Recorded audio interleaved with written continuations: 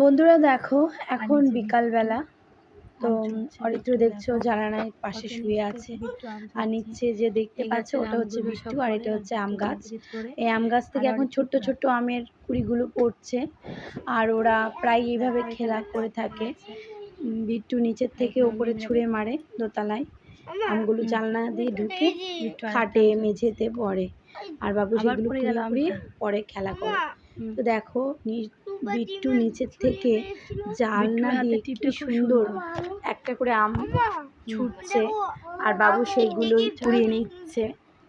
আর বাবু যে দেখো এরকম ঘরের মধ্যে দেখো কত সুন্দর আমটা চলে এসছে। আবার একটা আম আবার পড়ে গেছে, ঢুকতে পারছে না, আবার পড়ে যাচ্ছে। আবার বিট্টু সেগুলোকে কুড়িয়ে দিচ্ছে অরিত্রর কাছে। এইভাবেই ওরা খেলা করে জানলা দিয়ে, ও নিচে থাকে আর ও ওপরে। কিন্তু বলতে গেলে বিট্টুর হাতের বেশ ভালো মানে জোর আছে, কারণ